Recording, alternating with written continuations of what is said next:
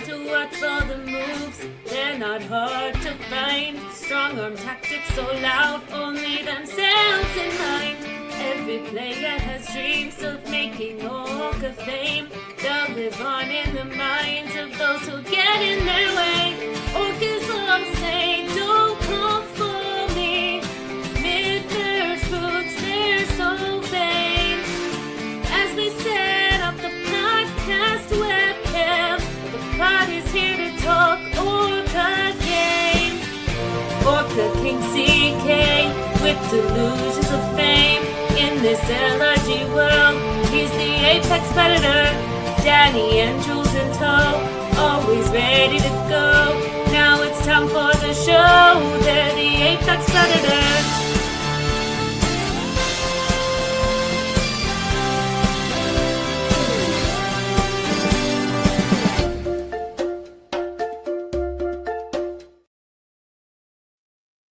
Hello and welcome to the ORCA Pod, the Apex Predators of Australian Survivor LRG podcasting, continuing our coverage of the third best season of the 11 that were released at the time that people voted for what was the best. The bronze medalist, some say it's undeserved, some say it should be much higher in the rankings, but the people have spoken and this is where it is, and it's been a fantastic season to cover so far. A fantastic deep dive with my fellow co-hosts, Jules and Danny. Then a fantastic special interview with the three returning boots who came back for redemption, Holly, Kiara, and David. Last week, I had a deep dive with Sal, which was fantastic.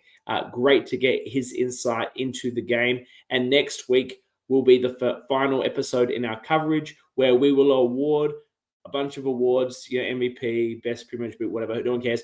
The most important award, ORCA of the season, as voted by the Congress of the ORCAs and the people who have a small percentage of influence in said vote. Who will join the hallowed halls of the Congress? We'll have to wait and see next week, as I also catch up with Kyle and Brian for the fourth and final time in this rank down. And obviously we had to congratulate them on their award. For anyone who watched the LRG awards this morning, it was good to see that they recognized Australia existed in some extent with the award that Kyle and Brian so deservingly won. But tonight is the podcast you all come for. It's the podcast with all the spice, all the juice, all the hot tea, way more fun than anything I can produce. And that's why I have my fantastic guest host, as always, for the tea party, the wonderful Annabel. And let me bring her in. Oh my God. Seriously? Like, I've said it for a couple of seasons in the rankings now, babes. Like, I didn't hate watching this.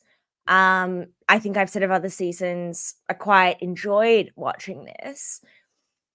This is the only season I think I've actively enjoyed more than professional productions of Survivor. Like, I don't tell anyone, but I didn't watch any of this on 2x. I watched it on 1.75, which is really slow for me on it. Wow. I know.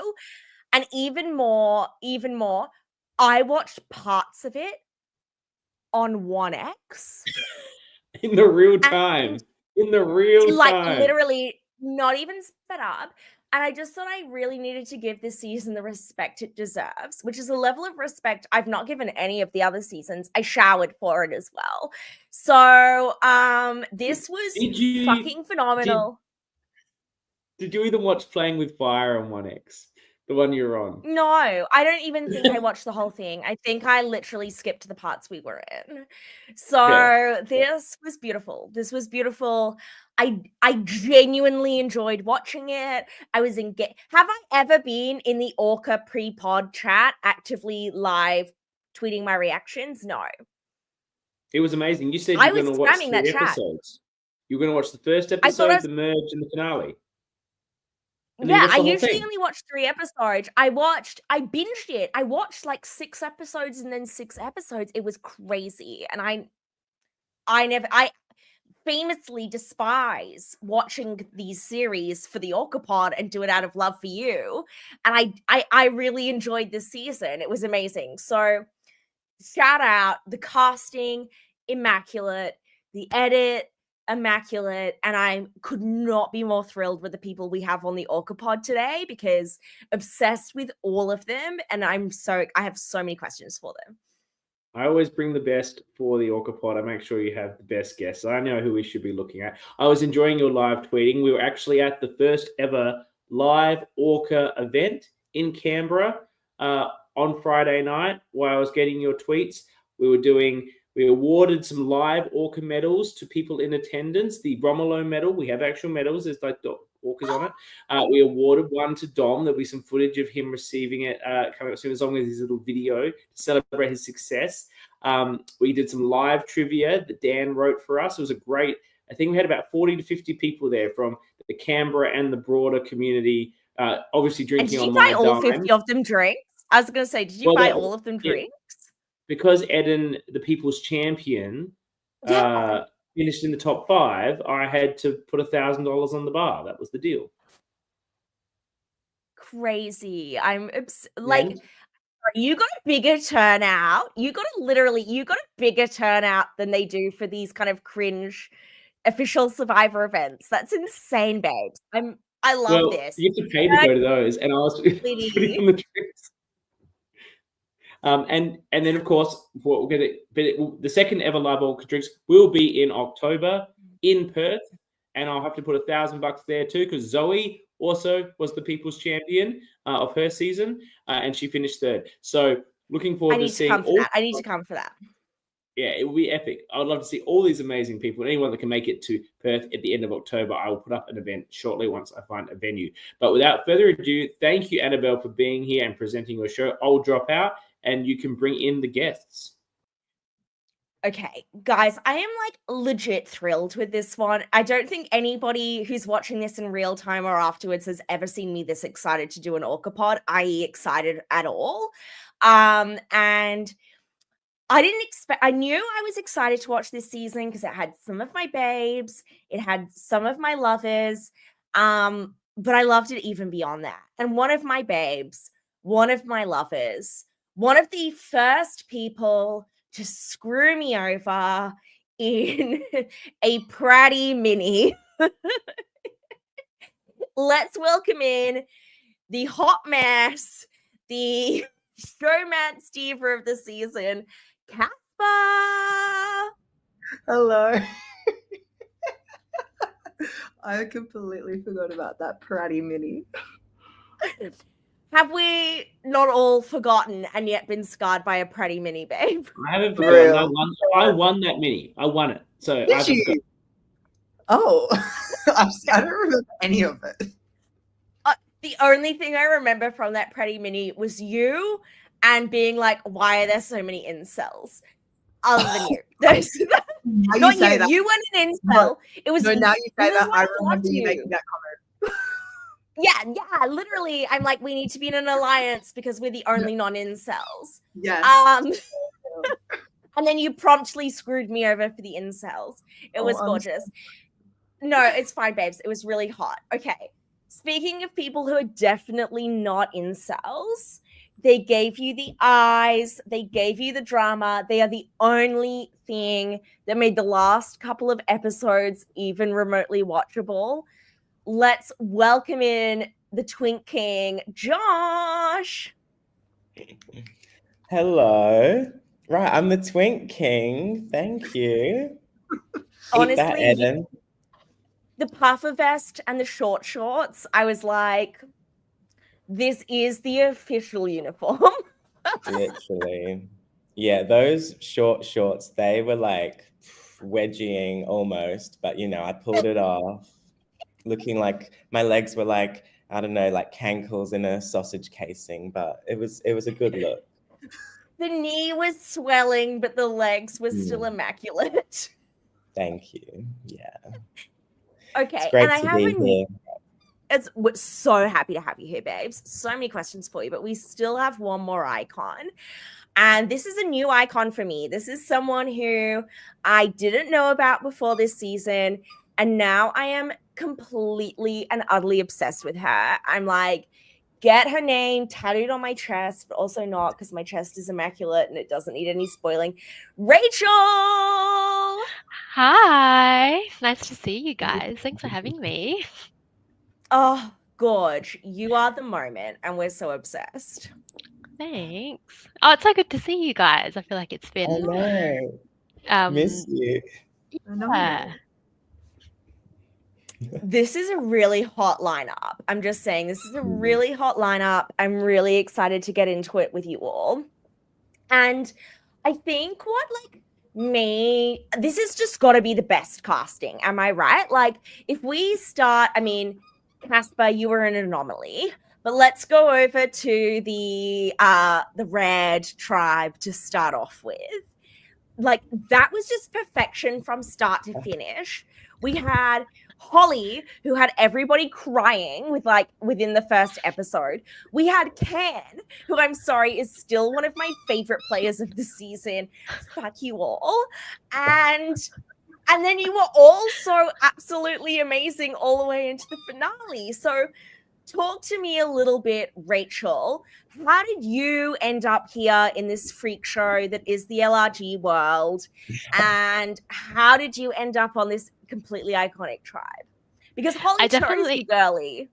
I know, I was the first female to be picked and the only female on her tribe as well. So I am friends with Zach, who played season 3. And we've known each other for a number of years.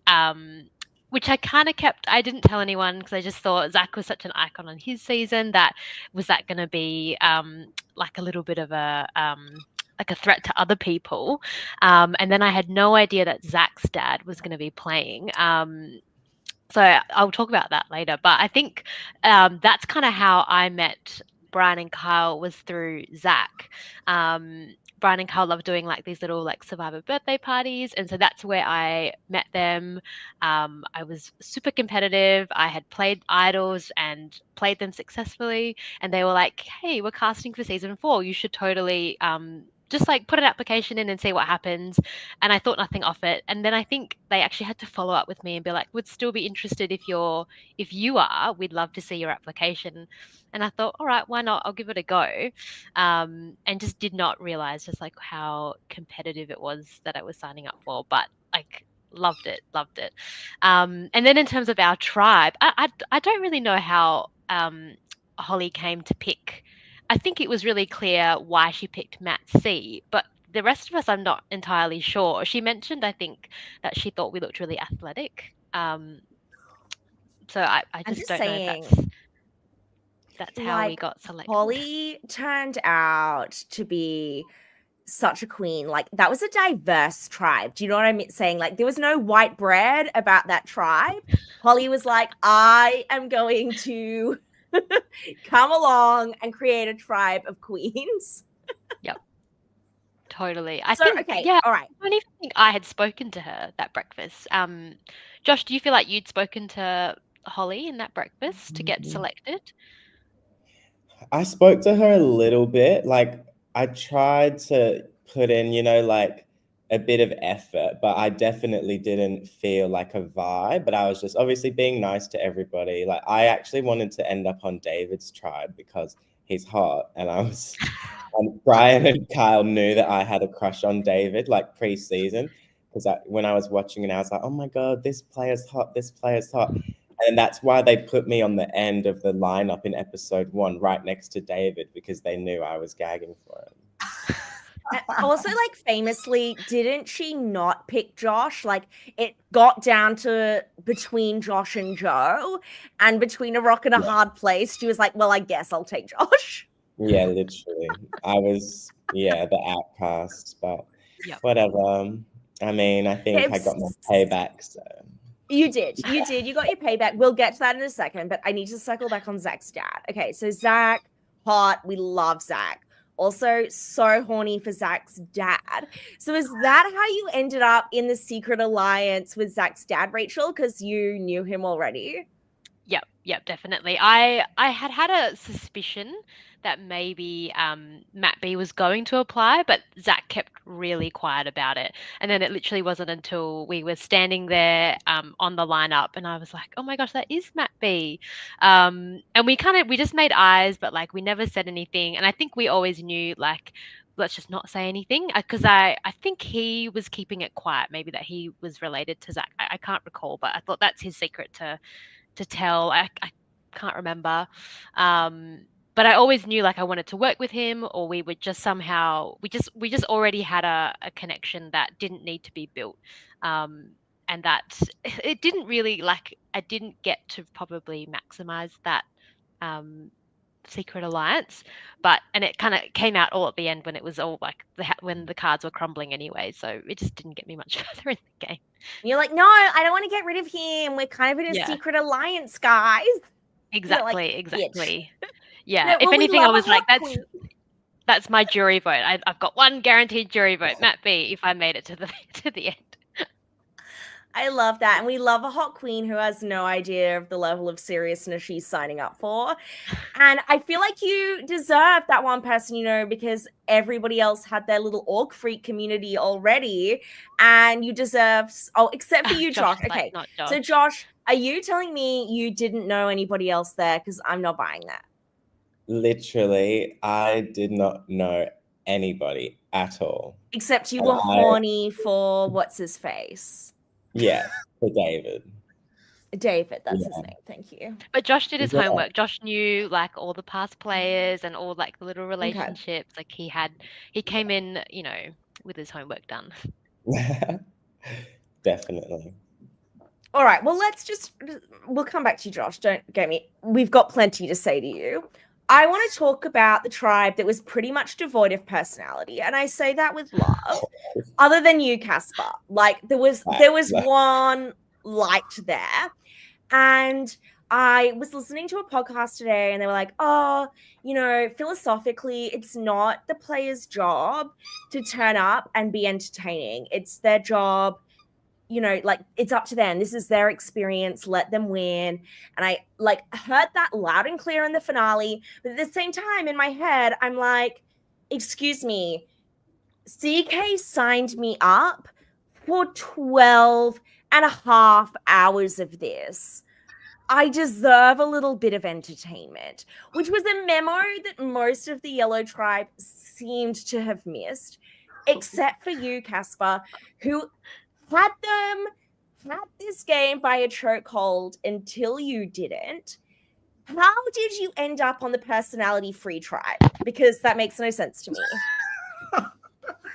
Okay, I think the only way I can describe it is I was an 18-year-old who didn't know how to interact with people older than me.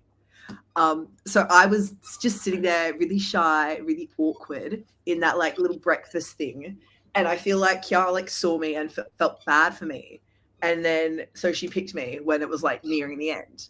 And then I got onto the tribe and that all changed. But like, you know, for the first solid like 10 minutes, I was just sitting there like, because I didn't know how to talk to people. That's all I can say. Okay. No, that makes, I mean, I get it. Maybe you were the same age when you seduced me and then promptly ruined my life in Pratty's Mini. I mean, gags, because I literally don't even remember Pratty's Mini. I only remember what an icon you were. Being like, I'm obsessed with him. All right, but I love that. And you definitely got into ruining people's lives later on, and we need to talk about that. Yeah. Josh, what a roller coaster for you. At the start, it was like twink violence. Which one of these little homosexuals are we going to come for? And it became homo on homo violence. But we really started out with like, okay, do you know the one thing that would be meaner than twink on twink cruelty? Like, smashing Holly's self-esteem into smithereens to the point where Brian was profusely sobbing. Yeah. And I get it, because like you're like, girly, it's you or me. Yeah. Talk to me. And also like you broke your knee on like the least physical challenge ever. I just need you to talk me through like it was quite physical. Hot mess. That was so physical. You were literally walking over a plank backwards and forwards hard. Talk me through your hot mess first 20 minutes. God, yeah, it was a whirlwind. Yeah, like I got there, you know, having done my homework, being a super fan, thinking like I got this, I'm gonna slay this. And then even like pre-game, I remember we were all sequestered in different rooms. And I remember, you know, trying to listen in, and I like saw Fiona doing like a little interview out of the window and stuff, and I was like hyped up. And then when they like lined us all up and I looked around at everybody, this was like before the starting lineup, we were still in like the accommodation area, and they're like, okay, everybody, like, you know, the game's about to start. And I'm looking around, and then my heart just sank. I was like, oh my God. I'm like looking at all these people. Like I saw Rachel, and I'm like, oh my God, she looks like some like villain, like queen that's gonna tear me to pieces. And I'm seeing all these beef boxes like Dan and Jake, and I'm Michael, and I'm just like, oh my God, I'm done in this town. But yeah, just things went my way. You know, I met some cute friends at the breakfast. You know, my introduction to Caspar was Caspar, just the first thing. Yeah, about how good Caspar's social skills were back then. Comes up and the first thing just goes, oh my God, are you? And does a limp wrist like that. And I was like, Stop yeah. it. Stop Let's do it. this. I was like, I'll just go with it. I mean, it wasn't wrong. So yeah, and just It's the little way things he like pissed at that. you and was not the most homophobic person then.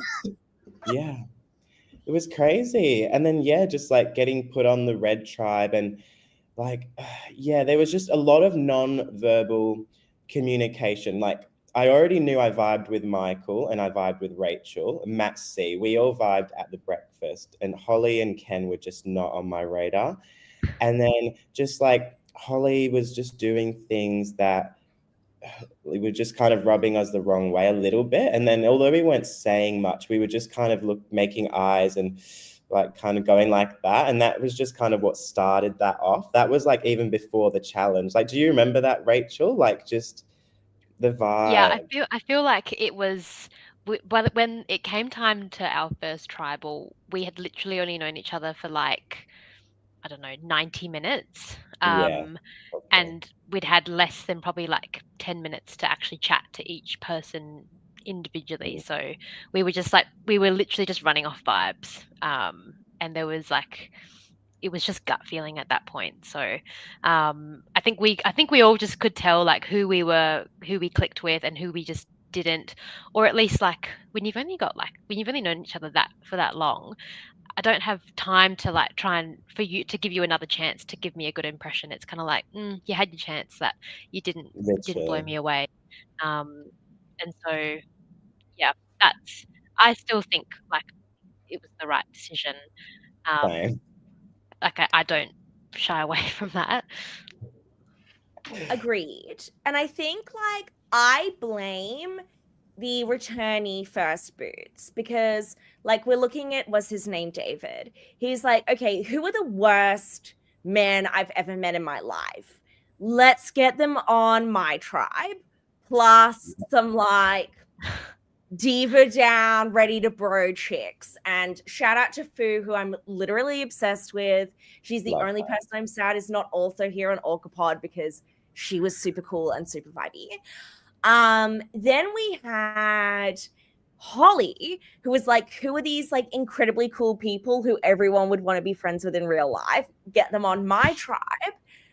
And then Kiara were like, okay, who are the nerdy weirdos? Plus Caspar, who apparently was also a nerdy weirdo at this time as well, who literally couldn't communicate.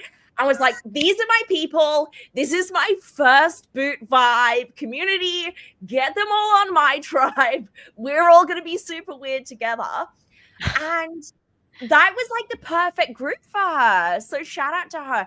Caspar, talk to me. You immediately off the bat, close friends. You and Kiara, besties, foresties. You and Sal, you're like sharing idol clues with him. What was going on there? Oh, okay. So Sal, I knew before. I will say that Sal and I knew each other. We played an org together. Oh God, org freaks, yeah. OSM, yikes! But we played an org together, And so we were kind of like friends before that, but we had never like properly met in person. So I kind of got there at Backyard Survivor and I was like, hang on, I think that's Sal, but I wasn't sure. So I didn't say anything. I was just kind of like, as we were like walking, like before we actually started, like the first thing in the morning. And then it wasn't until like later where he introduced himself. I was like, oh my God, what the fuck? So that's kind of how we knew each other from the start. I don't actually remember if Kiara and I had a specific moment or if we just kind of like vibed from early on. I think she was just like sweet. And I think she just saw this like I said, very socially awkward 18-year-old who didn't really know how to talk to people. And she just kind of like took me under her wing a little bit. Not that once I got like comfortable, I definitely didn't need to be under someone's wing, but it was good to have the first 10 minutes while I like warmed up to all these random old people. Yeah, and I do think like what's been really confronting for me with this season is trying to choose the ORCA. So Rachel, you're not part of the freak community. So I don't know if you're familiar with the concept of I'm the not. ORCA of this season. Okay, Please so explain. it's a very prestigious prize, but there are 3 key criteria, all right? So there's loud and proud, and that means that you have to have rubbed somebody the wrong way within the first couple of vote outs. Like someone has to have had a confessional saying how annoying you are. And Caspar, that does kind of qualify you. There were a lot of people who were like, this bitch needs to shut up. Yeah. If I squint, Josh, I mean, they wanted you out. It was you or Ken. So, I mean, Yeah. obviously Dan and Jake or Kyle, whatever his name was, working really hard. So they really did. We'll get That's onto criteria them number later. 1. And I want to emphasize, Rachel, this award is an honor. Number 2 is strong arming strategy. So that means that you have to have in your mind a clear strategy of how to move forward. And you don't really care about anyone else's opinions. You are there to like railroad everybody else into doing what you want to do, which is giving Caspar energy. Once we definitely start getting down into this. I mean, also like to an extent, Delulu Dan, but I don't think anyone was really listening to him. And like Josh and Rachel, you really tried, but again, you kind of had to have allies to do that. So it wasn't really working in your favor. And then the 3, this is where there's a little bit of hot competition because there's a lot of people competing for this. And so number 3 is propensity for narcissism.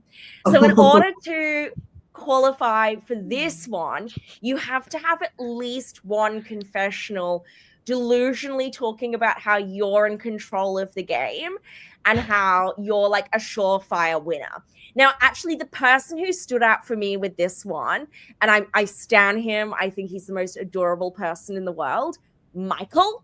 Michael was so number 3 that at the point that when Matt C was winning all of those touchy subject questions for being in control of the game, Michael couldn't help himself but discuss with tribal council in front of the jury how everyone was wrong. There could be somebody else in control of the game.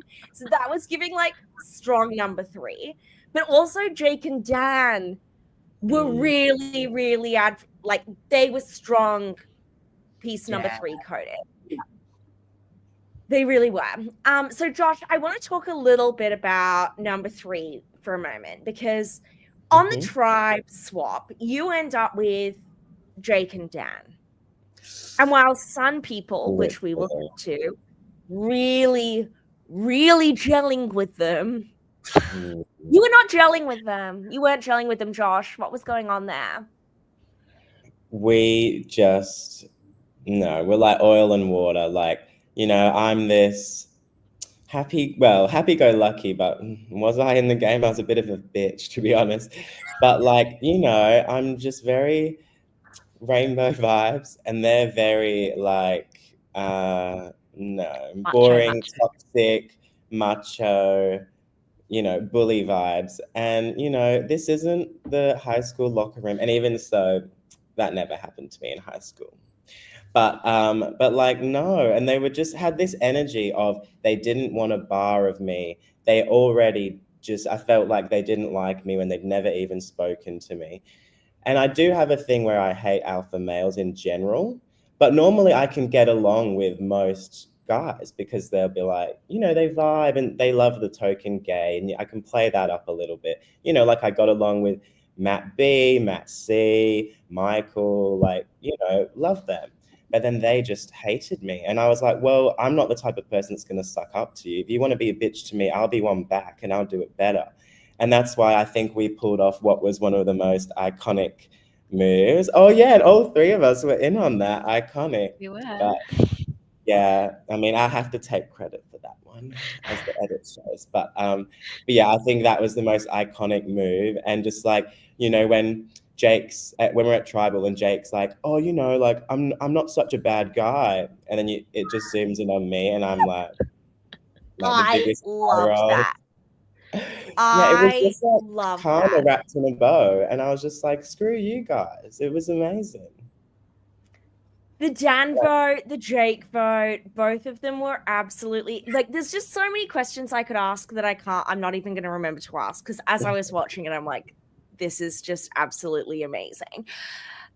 Rachel, it seemed like going into that swap, you were closer with Matt C, but then you became really close with Josh.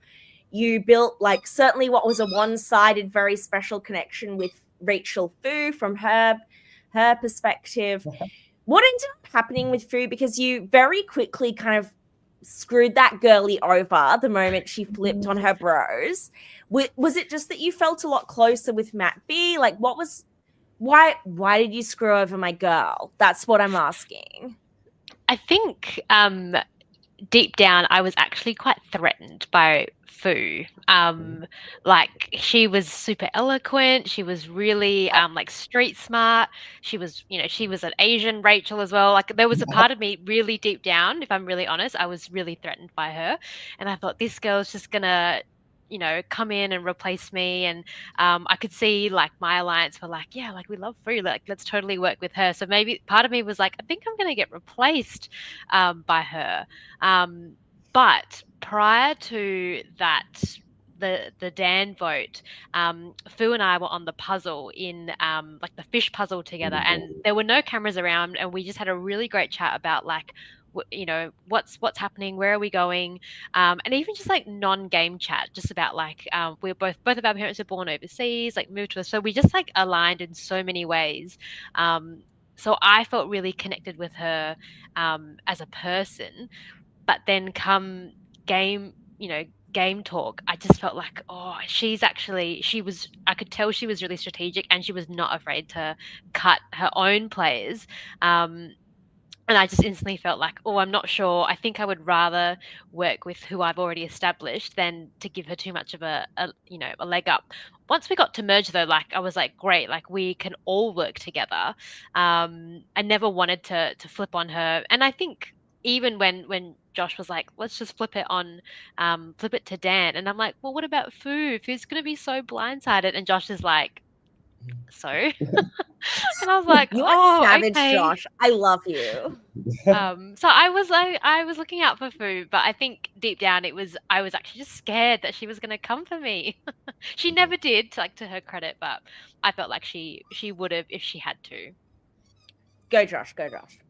I have a point to add. Like, it's often said in these podcasts, like, yeah, that we screwed Fu over, and yeah, look, we didn't tell Fu the whole truth about the downvote, obviously. But in my eyes, Fu, always have said I thought Fu was an honorary Birac 4 member.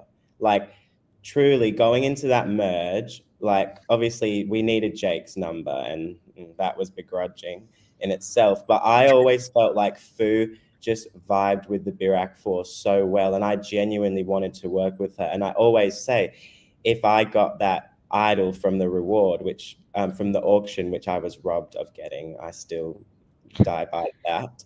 I seriously wanted to play it on Fu because we knew that's where the votes were going, even though Caspar was trying to do all these crazy things. Yeah, like I really loved Fu, and you see, like Rachel and I, when the final vote gets read and it's Fu, like we both are like we were shook because we really loved Fu. And yeah, I think Fu is an amazing player. So social, so smart. Yeah, like a real gem of casting. Yeah. I'm so horny for Fu. If you can hear the squeaking in the background, that's Puffy Fluffykins. He's like, bitch, why are you guys still awake? Fu, I think you're right to be threatened by Fu because I'm watching this and I'm like, I know these people in real life. I'm obsessed with them. I'd literally give all of my kidneys for Josh. But I would throw all of you under the bus for Fu because she's a fucking icon and I'm obsessed. So I actually think it was amazing for your like stand cards, for screen time. Like Fu was sucking it up by being an icon, and certainly for your own icon status, getting rid of Fu, perfect decision. Even though you didn't really get rid of Fu, it was this little asshole down here. And don't even think that I'm done with you, Caspar, because we need to talk about the most toxic thing of the entire season, which was you literally scissoring on camera with the worst man ever. Let's talk about your weird as fuck showmance. Iconic. With Jake. I was screaming. So it's like you had this connection with him at the breakfast because like what, you were both 16, I don't even know. And then the moment that you guys like get on the swap tribe together, you're basically like grinding on his lap being like, I love you, and then you're like, and this dude, he's shameless, by the way. Like this man literally cannot talk to someone without making like super intense eye contact and being like, oh yeah, she wants me. Anyway, and you're like, oh my God, can you guys believe this guy's flirting with me? Continues grinding on his leg. And then after like saving him from a vote, you've got this like safe, desperate dude in your corner. You're like, yeah, I think I'll get rid of him. Also, by the way, I'm gay. Oh, it's great fun. It kind of just like from the start, okay, so we did have that little conversation where I was like, oh, we're the same age. Like everyone else here is old. I don't know how to talk to these old people. I'm going to talk to the person my age. That was great. We were not that old. Like okay, you weren't. That is fair. For me, anyone older than 20 was old. I didn't like have a very good perception of age. And then like just when I would see Jake at challenges and stuff, he'd be giving me these eyes. He'd be looking over and he'd be like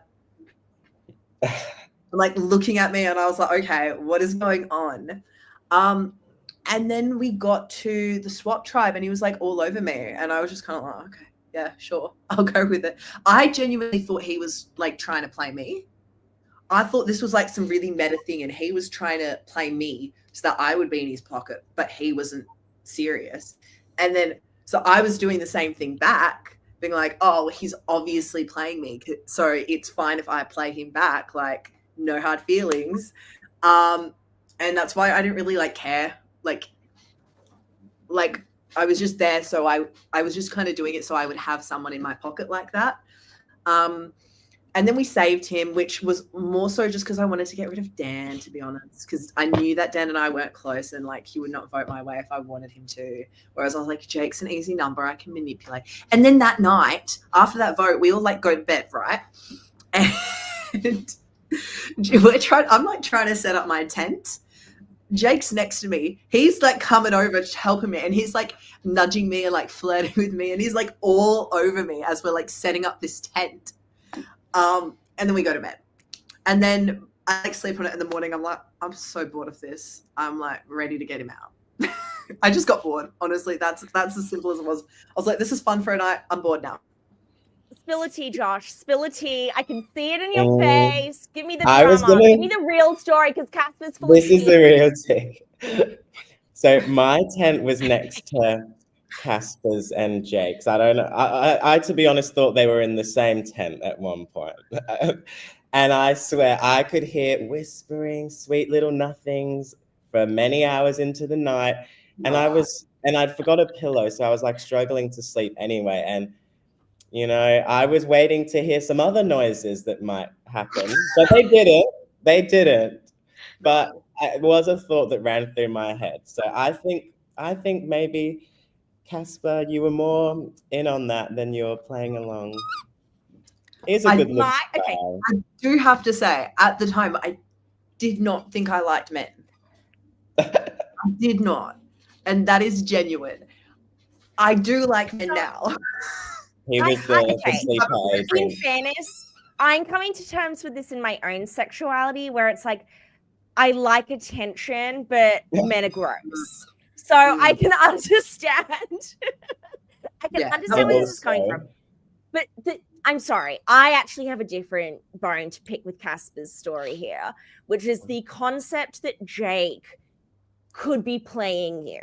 Because Jake's signature move, which was one of my favorite moments, was the interaction between you and Jake, Rachel. Because this is Jake's signature move, right? Like, someone comes up to Jake and they go, "Oh, okay, like, yeah, Jake, what are you thinking? Like, have you got any alliances? Like, would you like to work together?" And he goes, "Yeah." "Well, I'm not going to say anything. What do you anything." mean? Do you have an alliance? I'm like, I just asked you that. Like, answer my question. It's with the intense thinking he's being seductive eyes, which I'm sorry, Jake, if you're watching, which you probably aren't, I'm sure you've matured in leaps and bounds in the last 4 years and you're a whole different person now. I was incredibly cringe when I was flirting at 18 too. Rachel, you were a mature lady at this point, and this 18-year-old boy is giving you the sex eyes while telling you to go fuck yourself.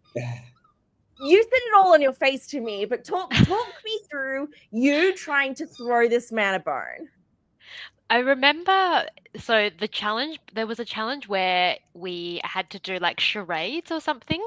And so while people would run up and do charades, everyone else on the tribe had to like sit together with their backs facing them. And I remember he was sitting really close and was like putting his hand on my leg. And I'm like, what is going on? Like, I was just like, okay, this is, and I was like, this guy's clearly just trying to like get somewhere in the game or build a relationship. So then when he came up and was, well, I thought I'm just going to ask him because he obviously wants to work together. And then I don't know I think he was just trying to flirt, and I'm thinking, I'm not here to flirt. I'm here to win. Like, tell me what I need to know. And he just wasn't giving me anything. And just stonewalling me, maybe like playing hard to get. And I was just like, I don't have time for this. I actually just I need an alliance, and you're not giving that to me. So, bye-bye. Like, and that was something that Zach had said to me, like in some little like pre-game advice, was like, just be really open and really warm with everyone, because you need to make relationships fast, and you just don't want to give people a reason to doubt you. And in that moment, all I did was doubt Jake. And I was like, I just don't know where this guy's at. So I'm just not going to waste any more time with him. He was an 18-year-old boy. And yes, Matt, I understand why he wants to repress all of these memories. I'm so glad that all of the filmed footage of me when I was 18 would be illegal to share now. And I kind of don't blame him. It was fundamentally humiliating to find out that he was probably a little bit gay, given his attitudes at the time. Question Kiara, because this was coming up a lot at the time. And Josh, you said you had no context for this, and you didn't seem to have any context for this in the game either. So I don't think you can like answer. Everyone kept going on about what a good game player Kiara is. They were like, no, you don't get it. Like, Kiara's a gamer. Like, Kiara is a gamer. And the way they were saying it was like Kiara had like 1 4 orgs or something, or like was this just something that was happening within the game? Like, Caspar, if Kiara was a big auger or mini, like if she'd won 4 Pratty minis, I feel like you would know. But I'm like, from my perspective, I'm like, why is everyone saying this? She was literally first boot. Like, she's doing fair now, but where's this energy coming from? Do you know where this energy was coming from? The main thing I can think of is she wasn't quiet about the fact that she was a super fan. like when she would just talk about being a very big fan of Survivor quite casually. And I think that was the big thing, at least in the game. And then I think we all kind of got towards the end and we were like, oh, she's really unassuming, but she's actually had so much control this entire time. So I think it was a combination of those two things. And we kind of just put it together that little bit late that, oh, she actually knows exactly what she's doing and she's not just being friendly with people. She's actually really switched on.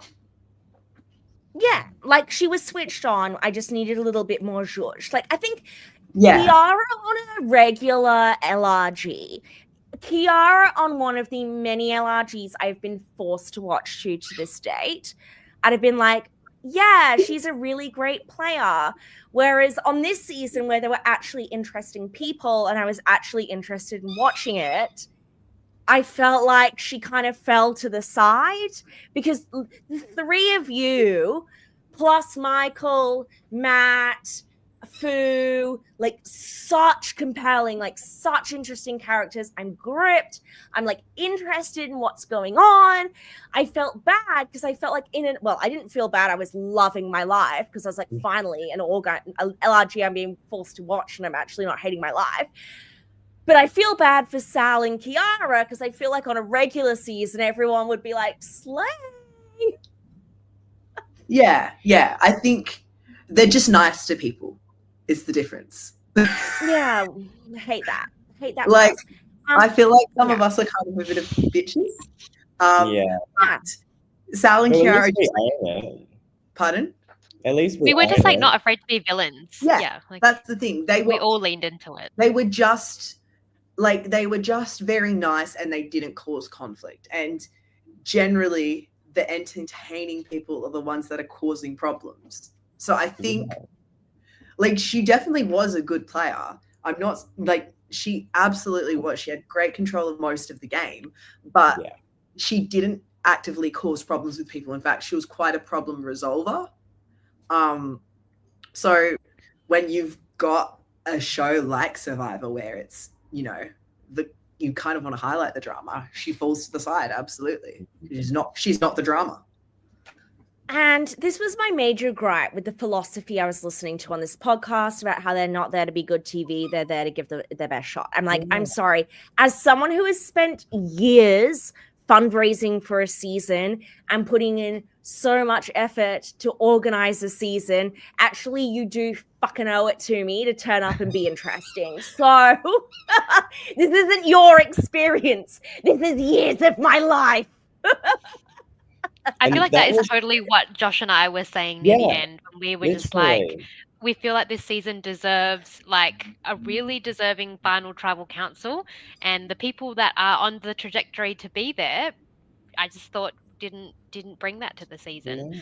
Yeah, and I mean, like, I think some people had different views on like their story arc, but I don't know. We yeah, maybe it's a bit narcissistic of us to think like our story arc was a lot better, or I just feel like we had a flair that was, you know, we were just shameless about it, and some other players didn't want their game to be remembered like that, or didn't have that style in mind. So anyway, yeah, I mean, I'd rather be one of us three than be Joe. Like, I'm sorry, as a player, lovely girl, but come on. Oh like, no, for real. So forgettable. The five of you, the six of you, so the three of you, Matt, Michael, Fu, very charismatic. Strong. Even though, Matt, you're in the chat, you weren't giving a lot, like there wasn't a lot of zhuzh, you were still able to be quiet and charismatic, quiet and interesting, which shows that it is possible, right? And I feel like it made everybody else kind of pale in comparison. That like the six of you brought so much energy, and I feel like a Jake and a Dan are usually the best that we can hope for in one of these seasons. Like where they're just conspicuously awful. Whereas in this, and this is why like we had such dynamic, interesting three-dimensional characters, and yet going to that call out. So Rachel, Josh. You know, we're starting to get to the end. Really, I mean, you both, I'm ranting now, but we had lucky and unlucky. Like, lucky in that if we hadn't had that tribe, The the split tribal. post-merge tribe split, and Yeah. Michael won that, you're That's dead in the it. water. But then you're unlucky in that you lose Michael in the rock draw. At that point, maybe Rachel, I'll go to you. Rachel, at that point, you're down in the numbers. Did you genuinely believe there was any hope of flipping them? Like, where was your mind at this point? I think at that point, it felt like Josh and I just didn't have an in, because none of the people that were left we had ever been in a tribe with. Whereas Matt and Michael had been working on Sal and Joe and Kiara, and they were out into them, and then suddenly we just lost that connection. So I think because Caspar and Matt went out in one tribal, we lost our only connections really quickly. And I think in the moment we were just so like Birak strong. That's our ticket to the end. We didn't. I don't think we had thought that through terribly well. And we were just so like one-eyed in that we just could do it, and it will it'll be all Birak at the final 3, and we'll just battle it out together. I don't know at what point I realized, oh crap, we've got no out.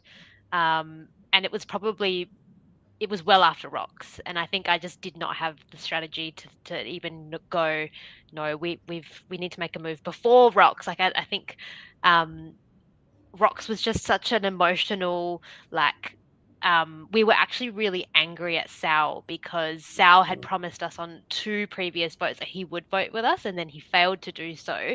So it just, and even looking back now, like it logically made no sense for us to target Sal, because then he became immune in the rock straw. But we were just so, we just could not see, like, we were seeing red literally, and we were just like, we got to get rid of him. He's crossed us too many times, and then it just, I don't know, just didn't. And credit to my alliance, they are all like massive Survivor super fans. At the time, I was not a big Survivor fan, so I think I kind of got blindly led into rocks. And it wasn't until I drew a rock and I'm thinking, oh shit, this is not going to go well for me. Like, I'm not sure I'm happy with this decision. But at that point, it was just too late.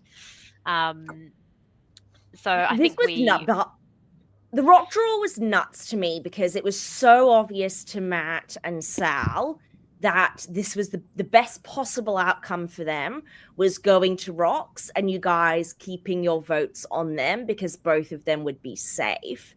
Wow. And I said to you in the chat, as I'm like live messaging my thoughts, if you're both committed to going to rocks and you both told each other before going into the vote you're going to rocks, surely the sensible thing then is to each vote for the one person you don't want to leave. And Josh, you said, straightforward answer for me on this one. So I'm assuming the straightforward answer is you just didn't think of it, but talk that through to me, because I know you're a big fan. Yeah, it's honestly like what Rachel said. Like, we were just so mad at Sal for being the one lying to our face. And like what Caspar said, Joe and Kiara never wanted to cause conflict. So, you can't be mad at them because they're so just placid and, just sweet and nice. And Sal's the one who's actually done this to us. So we were just so mad. And we literally, were seeing red and had tunnel vision and just wanted Sal gone. And in Survivor, how do you get rid of someone? You vote for them. But this was the one situation where it actually benefited him.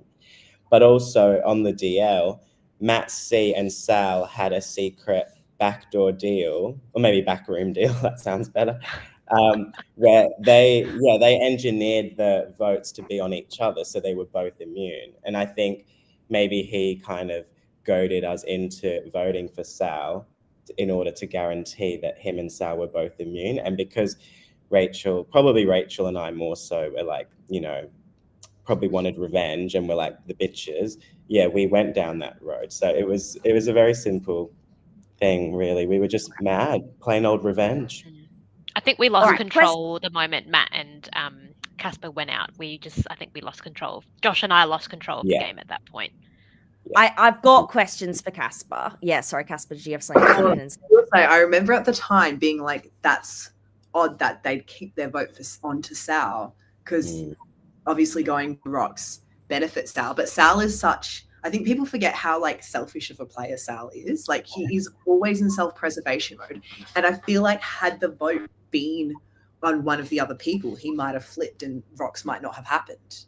So I really remember thinking that was an interesting move on your end, but yeah. I think we should have put it on Jo because she's probably no one's going to rocks. Yeah, well, Kiara would, but that yeah. Interesting. Okay, other question I had, maybe Josh, this is for you, and something I thought about a lot. If you or Rachel had been rocked out, do you think Michael and Matt would have flipped on the remainder to form an alliance with Sal and have played it that way? Because as you say, they actually, even Kiara said she found Matt very soothing. She really liked Michael. It seemed like there was a relationship there.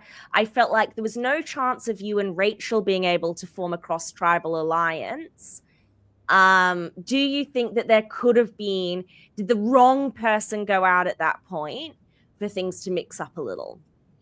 I don't really think so. I feel like the three yellows, like Kiara, Val, and Jo, I just felt like they were so locked in.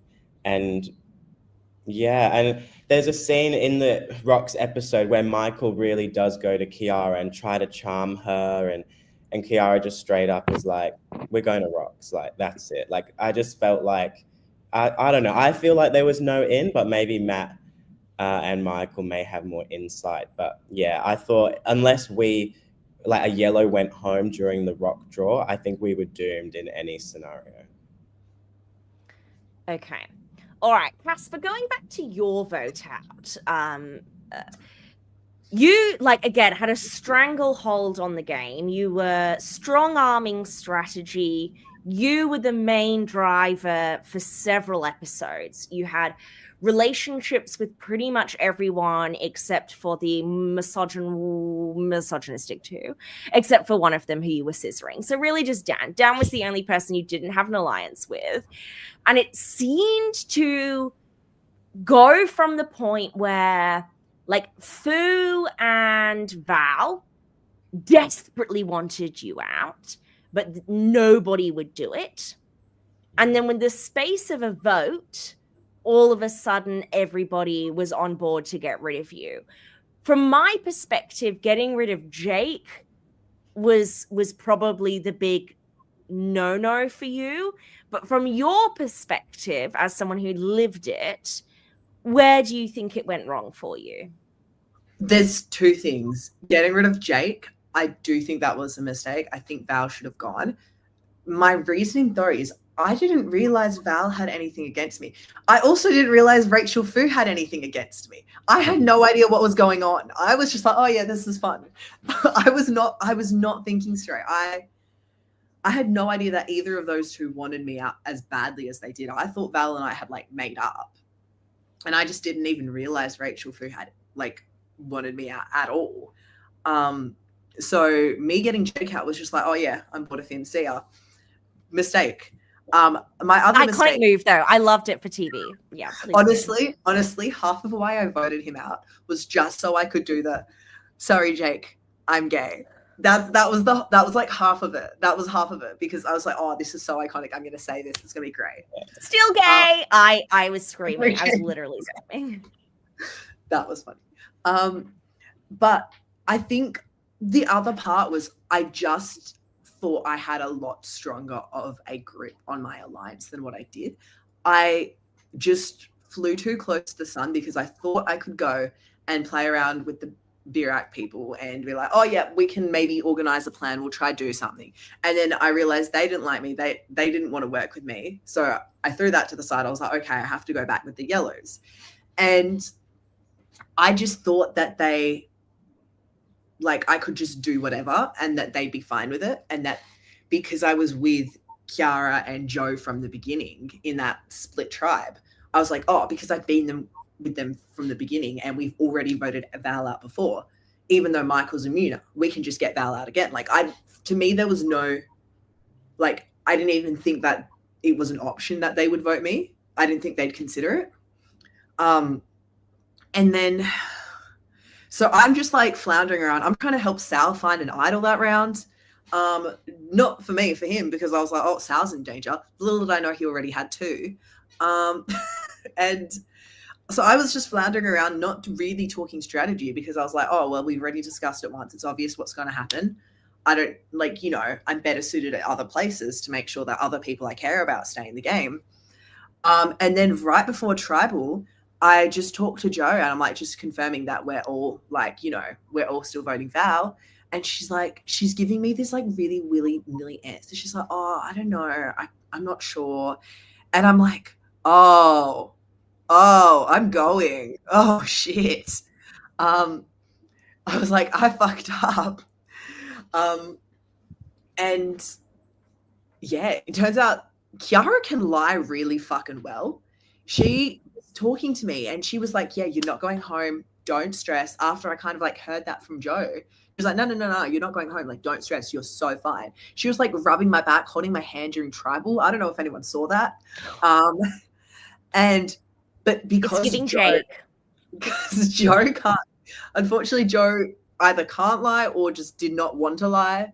Either way, she made it incredibly obvious that I was going home, and I was like, fuck. So I knew I was going home, but I just didn't know Kiara was voting for me. Kiara was rubbing my back as the votes were being read out. Go, Josh. Go, Josh. Josh used to do that at tribal council. He'd be like, yeah. Oh, I fucking Josh, I'm obsessed with you. Just you know, put all three of you on every season. Yeah. But yes, Josh, go. You know, I would play every season. Like, I'm that obsessed. But yeah, so when we had the split Tribal, when Caspar went home, I've already said this before somewhere, but yeah, we were walking and it was off camera, but Kiara turns to me, and as we're walking like on the DL, and because the previous round when Fu went home, the Fu and the Birac 4, we all voted for Caspar. And that was a big shock, and Caspar was very upset at me and stuff. And Kiara asked, so you all voted Caspar last time. Is that what you want to happen? And I was just like, yeah. And then so Kiara actually started off that chain reaction of making sure it was Caspar and not Val who went home. So interesting. Okay, Yeah. one of my last questions, because like baby girls got an early morning. The thing that really wigged me out, I'm like living it, screaming, love the season. Okay, snooze fest through the finale. We're now in the aftermath, and Josh and Fu are snuggling up to Sesame Jake. And you're like, oh, my big mistake was voting out Jake, not Val. And I'm sitting here being like, no, Jake literally hated you both so much, he actively wouldn't even talk to you. How could that possibly be a better bet than Val? So talk to me, Josh. Why was your big mistake voting out Jake? Look, maybe not my biggest mistake, but it was a big one. I actually stand by it. Like, although I'm a bitch and all of that, I can forgive, I can forget, I can roll with the punches, and this is Survivor. Yeah, Jake was rude to me, you know, at one point off camera, because you know those looks he gives everybody, he was giving them to me too. And I literally said to him, when we were like waiting to go to the bathroom, I was like, why do you keep staring at me like that? I can't tell if you're flirting with me or trying to intimidate me. And he was like, I'm trying to intimidate you. And I was like, well, it's not worth. Like, seriously. But then, yeah, and then we just did not get along. But then when we got to merge, and I first up was like, first and foremost, we need to get rid of Jake.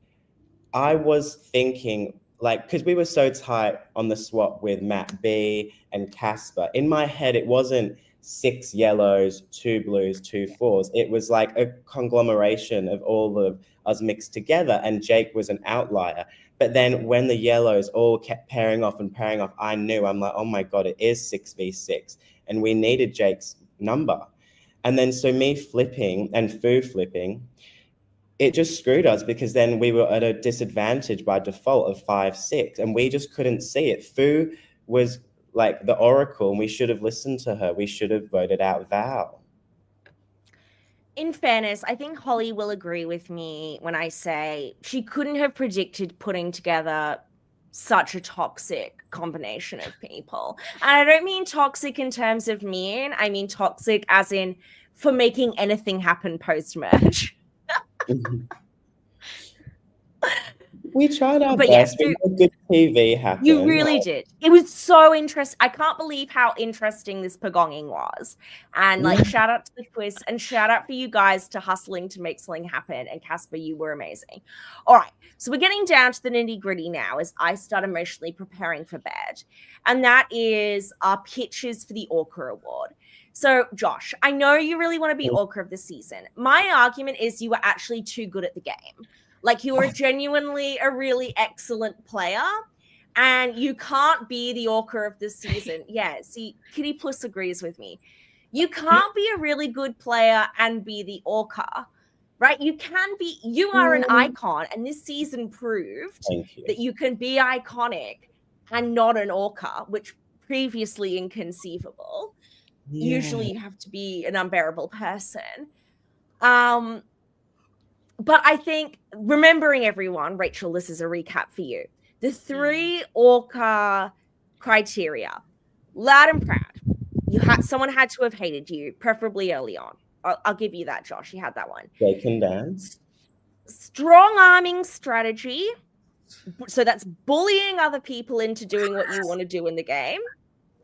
And third is propensity for narcissism. So you have to be talking about how amazing you are in the confessionals. So there's going to be a vote after this. The Alliance of the ORCAs, which is our group chat of everyone who has previously won the ORCA award, is going to vote for the ORCA of the season, along with the audience.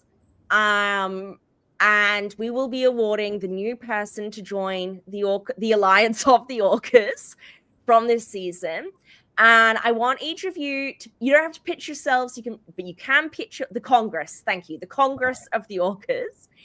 Who do you think deserves ORCA of the season? It is a very tough vote. I agree, Tara. For me, I'm like narrowing it down. I'm like, I think Jake and Dan deserve an honorable mention because they did have propensity for narcissism and they were loud and proud, but they didn't have any strategy to string between them two of them.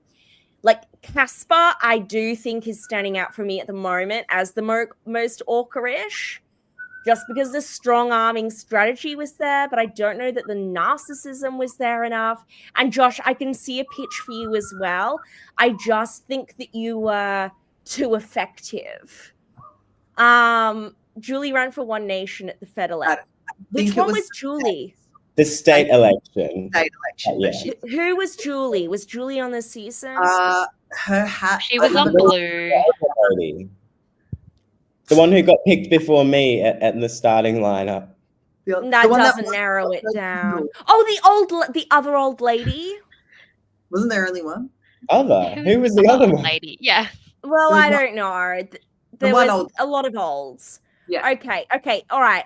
That is quite ORCA-ish. But she wasn't displaying this season. All right. Rachel, we'll start with you because I want to give Caspar and Josh time to prepare their pitches for themselves. So, Rachel, there was nothing really ORCA-ish about you. You were a normal, lovely, amazing person. Thank you. You weren't under the radar at all. Nothing under the radar about you, but everybody loved you. Were universally beloved. There was no one bitching about you in the confessionals. Unfortunately, that rules you out of contention. So just as I've been explaining this award to you, who leaps out to you as the ORCA? I think I feel like Dan very early on was like ruffled a lot of feathers, made a lot of ripples in the pond. I don't think he had like great strategy that he strong-armed anyone to do. I think he was aware of his like presence. I think he was very narcissistic in terms of like he knew what he was. I mean, he's an actor, so he was actually fantastic to watch on TV. I think Dan loved talking about how he was the most muscular standout. Everyone was threatened by him because he was so popular and muscular. Yep. his did opening line notice was him like, "I flirting thought with this was The Fu. Bachelor," you know. Yep. Yeah. Yeah. I want to say maybe Michael. There No, is Michael had strong Orca energy. Michael had I Orca remember potential. one confessional where he's talking about the Brak Four, like, we're so great, we're so gelled, and he's like, I just want to work with all of them. He's like, but I think I could beat all of them at the end.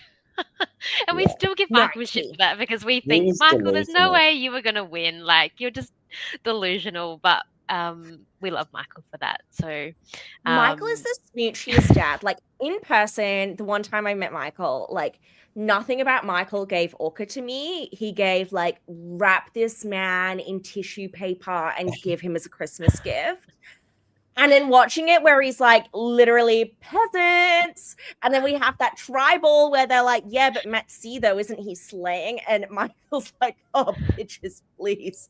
Hello. Have It's you all noticed me? And I'm like, oh, King, slay. Didn't know you had this in you, but I kind of love it. I see that, Rachel. Yep.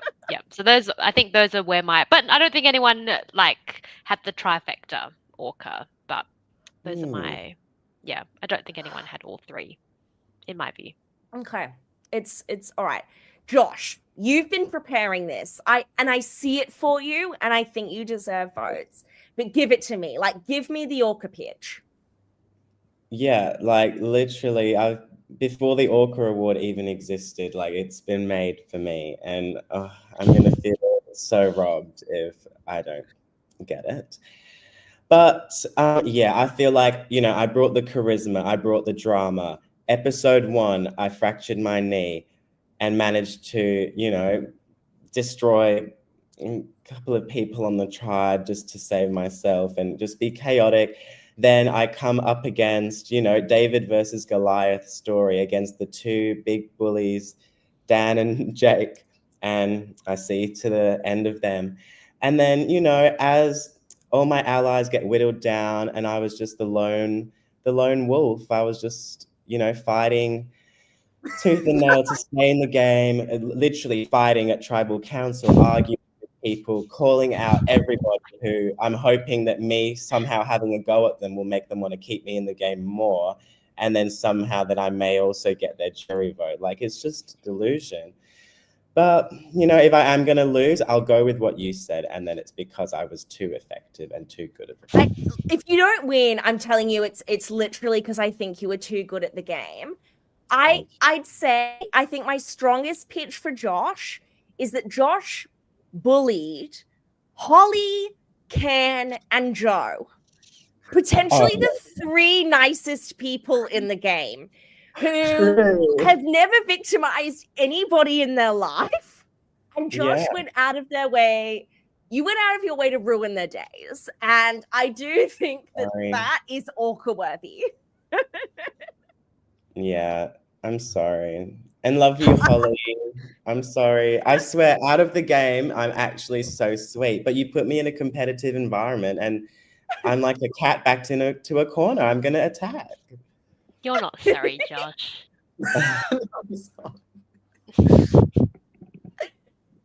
I love. If only there was criteria number 4 full of shit. All right. All right, Caspar. Who pit your pitch to the Congress of the Orcas? Who do you think we should be giving our awards to? I think it should be me. T. All right. What's the narcissistic tick? Yeah. Okay, let's go through the criteria again. So the first criteria is, I've forgotten your word. Loud and proud. Yeah, Loud I and was proud. going to say Pissing universal, people off. but that basically means the same thing, right? So so many people wanted me out so many times. Val hated me. Don't know what I did to Val, but she hated me. Fu, so angry at me all the time. She was just like so much controversy there. Dan thought I was annoying. He wanted me to shut the fuck up. I also just was so loud about the game, but I wasn't actually good at it, is the thing. I thought I had this down pat. I had no social skills, did not know what was going on. See, this is ORCA. This is ORCA. I thought I knew what was going on, but I have no social skills. That is ORCA coded. Okay. The second thing is strong arming. Is that right? Yeah, strong arming strategy, bullying people into doing what you want to do. There is a confessional by Fu, and I think it's either in the merge episode or the episode after that where she is just so angry at me because I just keep on walking up to people and telling them, oh yeah, this is the plan, by the way. Just like, oh yeah, we are agreeing that this is the plan. Like, I've already thought of it. I don't really care what you think, but I'm just going to make sure you agree to it so that we all said we're doing the same thing. And she was so angry about it. And I'm there. Once again, I don't think I'm strong arming anyone. I think we're making a group decision and I'm just vocalizing what everyone's thinking. That's what I think is going on. I don't realize it's what you're thinking. I just thought we all were thinking the same thing. So that's the story. And you know what? I hate to say it, it was kind of effective for a while. Like the Val vote. It really was. It really was. I was the one who threw out Val's name. I didn't vote threw out Dan's name. That was Josh. Full credit there. But then at merge, I was the one that was like, oh yeah, we're going to split on Josh and Val, and then on the revote, we're going to vote on Josh. And then like it was just what I wanted up until I left. And then in the third one, for the narcissism, I don't think there is any time in the game that I was like, yeah, I'm winning, because I don't think any of that got televised. But my lack of self-awareness with my relationships with people, I thought I had fantastic relationships with every single person in the cast, and they all fucking hated me. And I think we like you. We were just so hard. I stand so hard. I stand all of you, and I do like Matt Chang in the comments makes a good point where I'm like, in so many ways, Caspar is the ORCA of the season, but is there anything more ORCA than being like, fuck the criteria, I'm strong-arming you all, I was more ORCA than everyone, fuck you, give me the fucking ORCA prize. Like, I do think that Josh is ORCA-ing his way into the ORCA award. Because I will be there with bells on at the ORCA Perth drinks in October. So, you know, I need a medal to have. Where's my sash? And also, for any haters of Mark, if you know Mark won the ORCA in season 5, I love Mark season 4, because you cannot give Mark anything more to brag and talk about himself with, because he will have that over me. Okay, I beat him by 1 placement. He cannot be an ORCA without me also being one. I will die. Maybe he will get that engraved on his freaking tombstone that he's an ORCA and I'm not. I swear. I am obsessed. The 3 of you are so phenomenal. Final question before I go to bed. The Max Johnson question that no one cares about. Did you have fun? Was it a lovely experience? What was the highlight for you in terms of wholesome bonding, Rachel? I loved it. It was awesome. I'm still great friends with my alliance, Barack 4. And I feel like they fully introduced me into a whole world of Survivor I had no idea existed. I still am finding parts of Survivor that I don't know, like little subgroups that I just never knew. Yeah, I never knew existed. So I love it. It was such a great experience. Yeah, I would totally do it again. Brian and Carl know that. And yeah, I loved it. Amazing. Caspar, would you scissor Jake given the opportunity if we decide to do like an LRG Love Island or an LRG X on the beach? Iconic. I don't know if I'd scissor Jake again. Okay. Sorry, Jake. I had fun. Even if you did these ones, you did. I think I'm okay. I think that might turn me off a little bit more, unfortunately. it's like you know those videos or like when straight men go to kiss and instead of like going in normally they go like, Oh God! Stop it! Stop it! That's what it's giving. That's what it's giving. Sorry.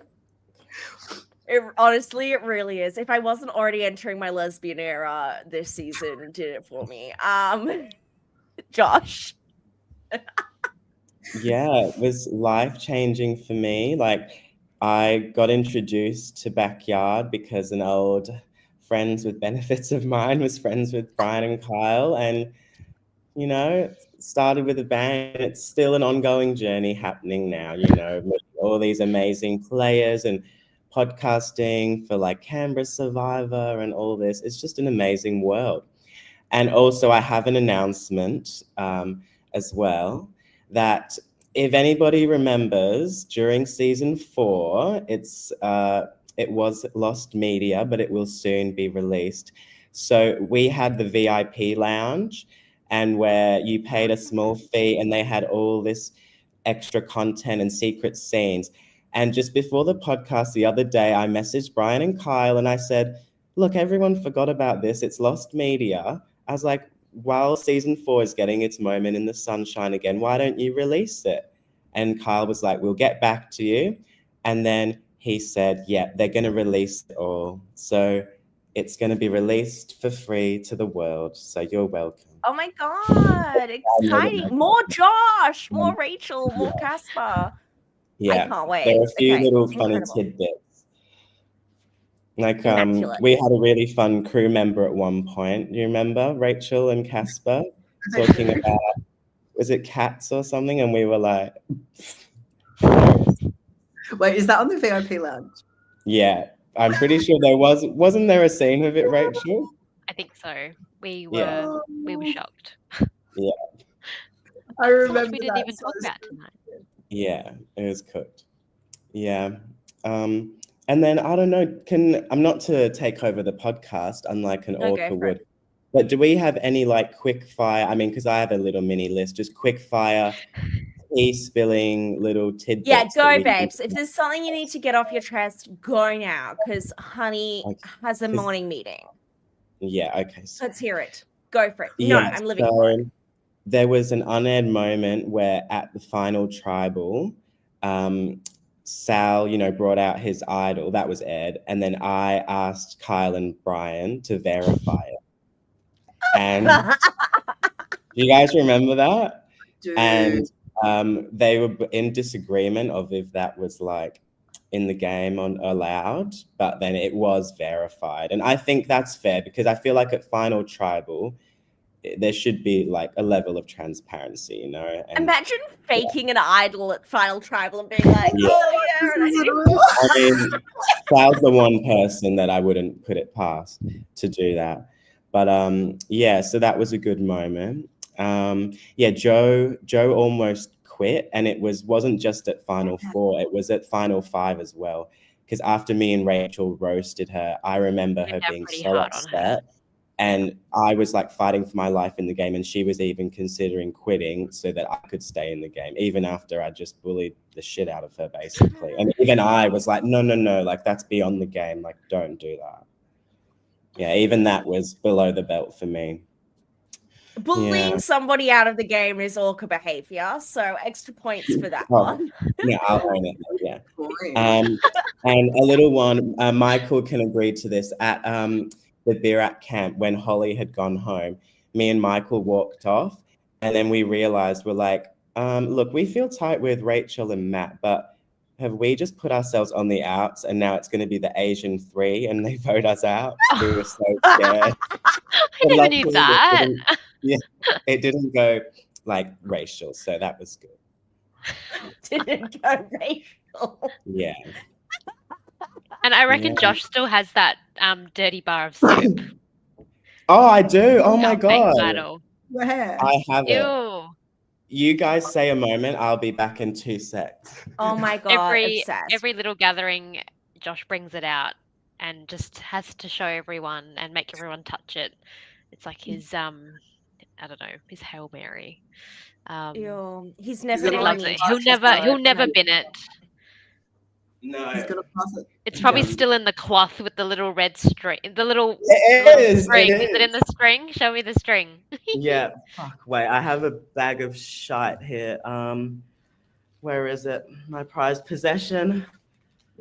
Did nothing Oh for my you. god.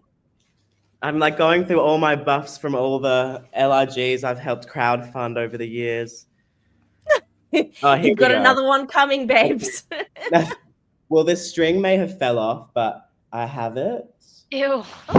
Still smells like Holly's tears and the blood of Ken.